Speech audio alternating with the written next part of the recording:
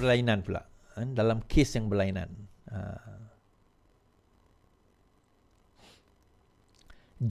Jamal gagal batal saman terhadap KJ. Okay. Jamal gagal batal saman terhadap KJ. Ketua UMNO bahagian Sungai Besar, Datuk Seri Jamal Mat Yunus hari ini gagal membatalkan saman difailkan Khairi Jamaluddin berhubung satu sidang media ketika Perhimpunan Agung UMNO 2022 Januari lalu. Sidang media itu berhubung dakwaan UMNO mengimport perwakilan daripada luar yang bukan perwakilan untuk mengundi usul supaya jawatan nombor 1 nombor 2 tidak dipertandingkan. Peguam Syaki Saiful Zaman mewakili Khairi juga yang juga bekas Ketua Pemuda UMNO berkata, kegagalan itu susulan Mahkamah Tinggi menolak permohonan membatalkan saman berkenaan atas alasan ada isu yang perlu dibicarakan. Permohonan defendant untuk membatalkan writ saman dan penyataan tuntutan ditolak dengan kos dan dalam kausa. Pesuruh Jaya Kehakiman Dr. Suzana menetapkan 27 ini sebutan kes seterusnya manakala pemberitaan dijangka pada 2026 katanya. 2026. Khairi turut diwakili peguam Hazan Zamani. Panjang kes civil ni tuan-tuan. Lama. Terlalu banyak kes civil. Sampai kes KJ ni pun 2026. Mahkamah Tinggi menolak permohonan membatalkan saman berkenaan atas alasan ada isu. Okey. Menurut notis permohonan defendant difailkan. Selain itu alasan membatalkan saman itu ialah kausa tindakan pelantif tidak jelas. Selain itu, tuntutan pelantif terhadap defendant didakwa mengaibkan, remeh dan menyusahkan serta tuntutan itu satu penyalahgunaan proses mahkamah. Khairi memfaidkan ini satu alasan yang common lah kalau dalam apa orang kata kes-kes mahkamah ni. Khairi memfailkan writ saman pada 24 Mei menuntut hak ganti rugi 1 juta, ganti rugi am dan perintah supaya Jamal menerbitkan permohonan maaf di akaun Facebook serta TikTok dalam bahasa utama Melayu, Inggeris dan Cina. Dalam penyataan tuntutannya, Khairi berkata pada PAU 2022 yang diadakan 14 Januari lalu, Jamal mengadakan sidang media di PWTC yang dihadiri oleh pengamal media. Pada hari sama, KJ berkata Jamal melalui akaun Facebooknya memuat naik rakaman video sidang itu bertajuk "Saya harap Khairi dikenakan tindakan oleh lembaga disiplin setelah mengeluarkan kenyataan yang sembrono dan memalukan UMNO." Katanya Jamal juga memuat naik rakaman sama melalui akaun TikTok. Bekas Menteri Kesihatan berkata kenyataan berbau fitnah itu antaranya bermaksud beliau pemimpin yang tiada integriti, tiada kredibiliti memimpin dan terbabit atau melakukan jenayah rasuah. Katanya ia turut bermaksud beliau melaksanakan menetapkan pendekan rasuah. Okey. Now, dalam isu ini tuan-tuan, apa yang berlaku? KJ pergi saman Jamal disebabkan satu kenyataan Jamal pada Perhimpunan Agung UMNO 2022 yang bertajuk tadi itulah. So Jamal kata bahawa tindakan itu tidak jelas. Tindakan itu tidak jelas.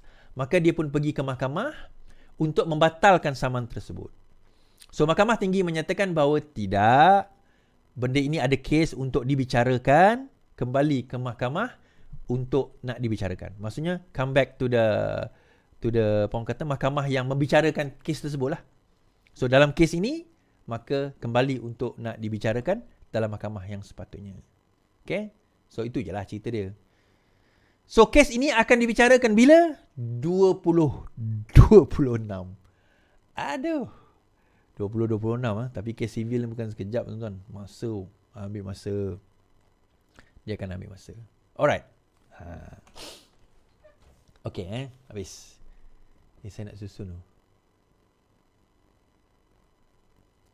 Okay, sebelum kita pergi ke cerita apa orang kata Kedah Agro dan juga Sanusi, harga beras putih import turun RM2 ke RM3 berkuat kuasa esok. Harga jualan runcit beras putih turun di antara RM2 hingga RM3 di pasaran berkuat kuasa esok menurut Menteri. Pada masa ini harga runcit BPI di pasaran dijual sekitar 38 hingga 45 untuk pack 10 kg. Dan dengan pengumuman itu, maka harga runcit BPI, iaitu beras putih import, akan turun ke RM35 untuk pack yang sama. Menteri Pertanian dan Ketajaman Makanan, Muhammad Sabu mengatakan, keputusan itu dimuktamadkan melalui mesyuarat Majlis Tindakan Sara Hidup dibuat bagi menangani isu kekurangan beras putih tempatan. BPT di besaran susulan pelarasan harga BPI oleh Bernas pada 1 September lepas.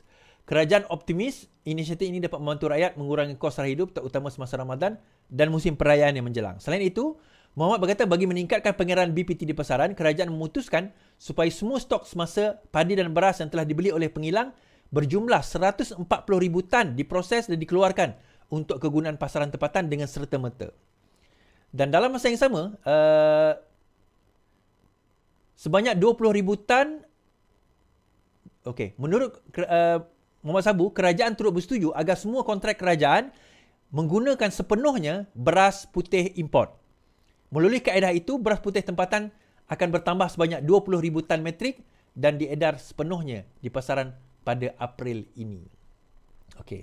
Now, adalah kawan saya tadi kan, dia kata, kenapa turunkan beras putih import ni 2-3 ringgit je Is?